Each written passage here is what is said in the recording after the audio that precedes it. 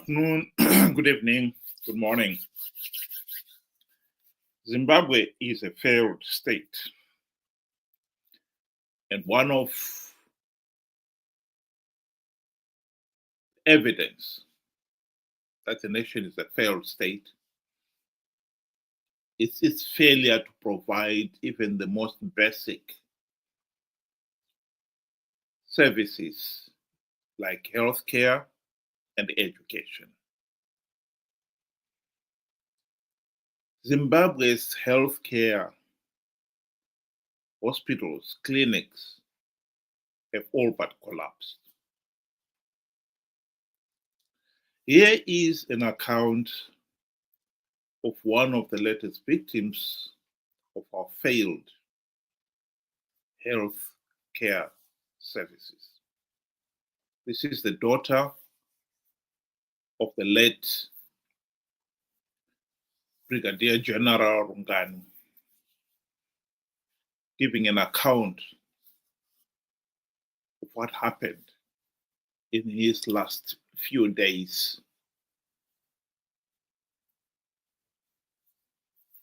with the family. The struggles they faced to get him basic treatment. The Brigadier General Victor RUNGANI and the daughter of Honorable Anna RUNGANI. So, General RUNGANI, and he was taken to KG6 to get some help to just check up, on his condition because he was struggling to breathe. So we thought maybe it's just a minor thing. So when he got to KG6, they put him on a nebulizer, trying to stabilize his breathing. Then they said, let's take him to Paranyatwa, the private section, to just have a routine checkup to see, to run some tests and some x-rays on his chest. So he was in Paranyatwa. They ran a lot of tests. And then on Tuesday, he was in Paranyatwa, on Wednesday until Sunday. On Sunday, when the doctor was coming to check up on him around afternoon, he then advised us that we need to change him to a hospital which can give a ventilator because his breathing problem it now exacerbated. So we then took him to West End Clinic, where he was admitted around 7 in the evening. And around 8:30 in the evening, the doctor called me and informed me that he was now struggling a lot to breathe on his own. So he needed to be in a hospital where they can give him, assistance in breathing with a ventilator. So at the hospital, which responded quickly, it was near Docas, where they said they had a bed in intensive care with a ventilator. So around 10:30 in the evening, we took him with an ambulance to near Docas Hospital. Then the doctors there, they started looking after him. I think we were there waiting for their feedback until 3 a.m. Around 3 a.m., the doctor then came and briefed us that they had now stabilized him. Even though he was stable, they told us that, the chest infection had, severely affected him. So they put him on a ventilator and sedated him so that they can start trying to control his breathing and running some. Well, the bottom line is he was taken to some of the big hospitals in Harare. This is the capital city. And they did not have a ventilator. That's why he was moved from one hospital to another, and then to another one, Paranyatwa Hospital. And then finally they found one, a private hospital, which had a ventilator. According to information available, the ventilator is something that will cost maybe $5,000 US. Why a big hospital like Pararenyatwa? This is the referral hospital, one of the 4 referral hospitals in the whole country, does not have a ventilator. That's beggars belief. How did we get here? How did we get into such a mess? We don't have a piece of kit costing 5,000 US dollars. And yet, just a few weeks ago, the regime squandered 10 million US dollars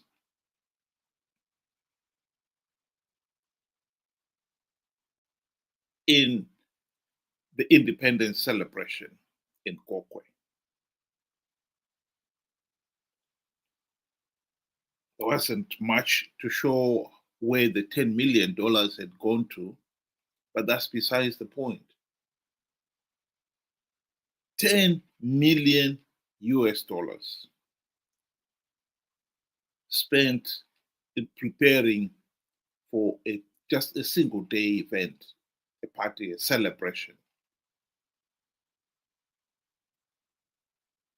This has become the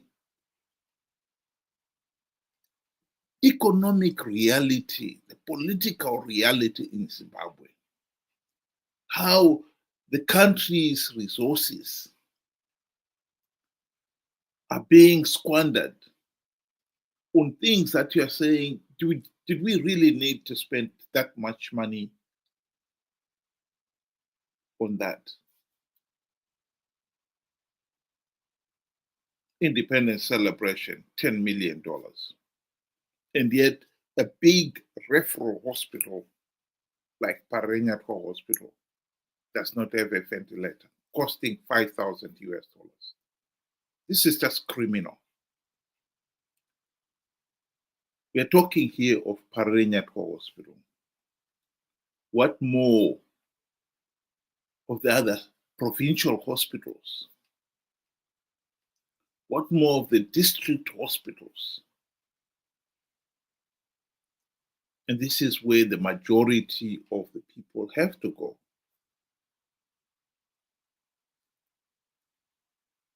Zimbabwe is a failed state, and we should all hang our heads in shame,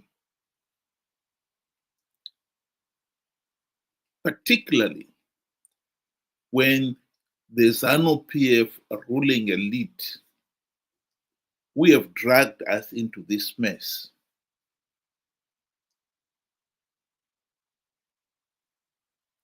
And we have retained their tyrannical rule. We call them heroes. The late general was declared a national hero. He played his part in imposing the de facto one-party state that has ruled the country these last 45 years.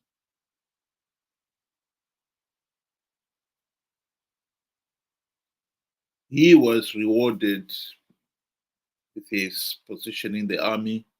His wife is a senator, and he has got a big farm, etc., etc. One of those Zanu PF ruling elite. In his case, of course, he wasn't high enough in the table to have been airlifted to China or some such place for his healthcare needs. Others, lesser mortals, like VP Chiwenga, has been to China countless of times. Mugabe before him used to go to the Far East for his medical needs as much as 12 times in 1 year, all at the cost of $3 million plus. The criminal waste of resources in Zimbabwe by these corrupt, incompetent, and tyrannical ZANU-PF thugs is at the heart of why Zimbabwe is a failed state.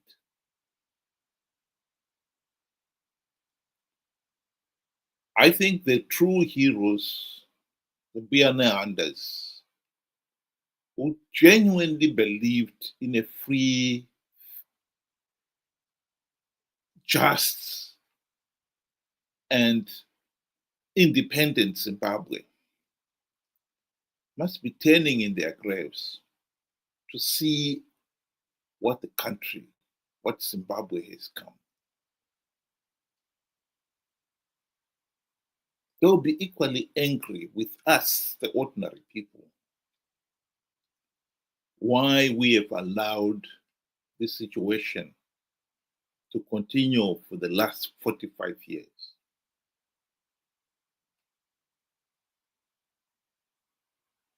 Nations get the government they deserve. We in Zimbabwe cannot deny that we do deserve this corrupt, incompetent, and tyrannical ZANU-PF dictatorship, complete with his entourage of equally corrupt, incompetent, and utterly useless MDC CCC leaders. MDC CCC leaders had the golden opportunity to implement the democratic reforms which would have stopped ZANU-PF rigging the elections. Notably, during the 2008 to 2013 GNU, they sold out. Mugabe bribed them with the trappings of high office, and they forgot about the reforms. And ever since the GNU, they've been participating in these flawed elections out of greed.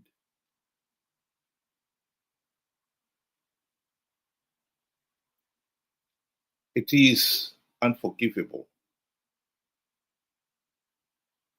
that they had no problem conning millions of ordinary Zimbabweans to participate in the flawed elections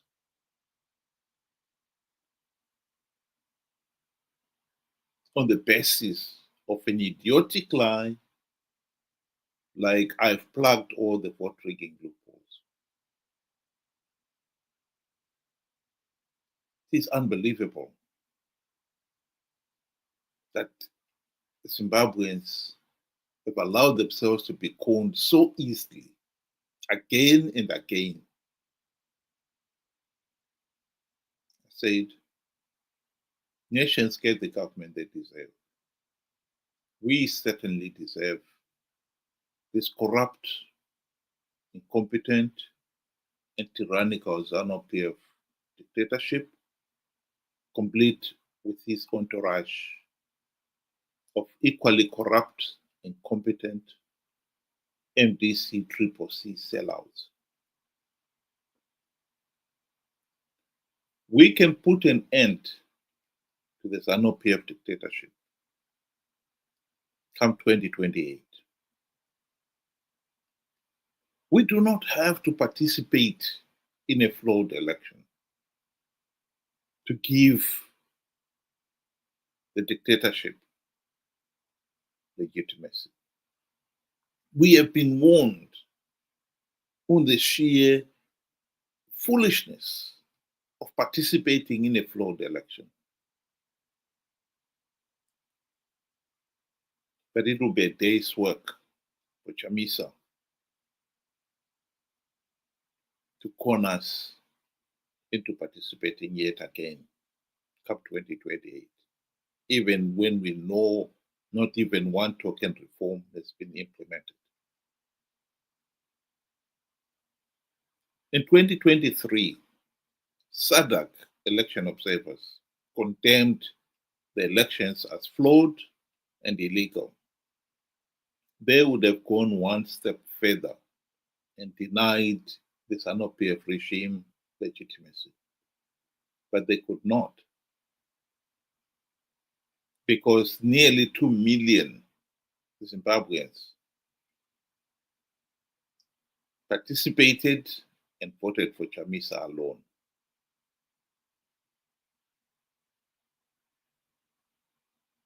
If we are happy with rigged elections, it is not for SADC or anybody else to declare that process illegitimate. That is the truth.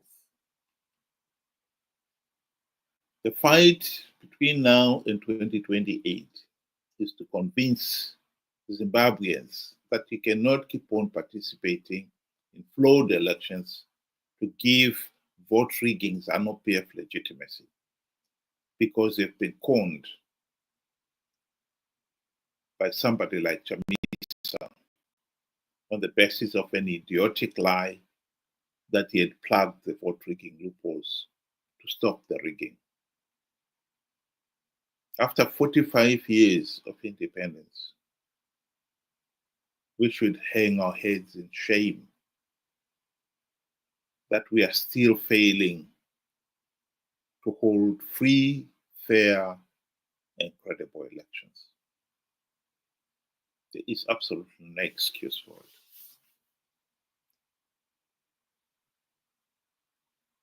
Thank you very much. Have a good afternoon.